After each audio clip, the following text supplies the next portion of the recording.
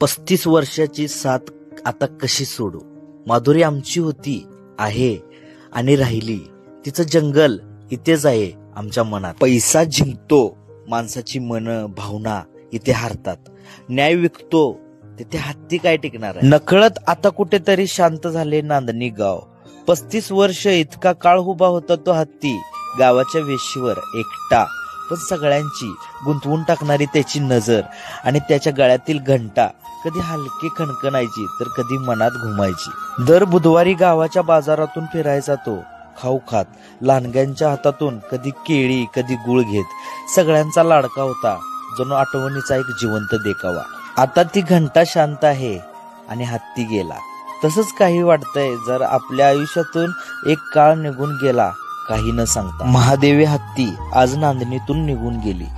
अख्खा नांदणी गाव सुन्न झाला. मुख्या प्राण्याचं प्रेम आणि त्याची भावना आणि तो प्राणी हे फक्त नांदणीकरांनाच माहित. तो गेल्याचं दुःख त्या मठाला, त्या सगळ्यांना माहिती.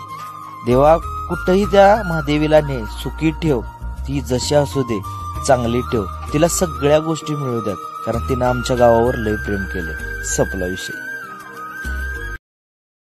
Download ShareChat.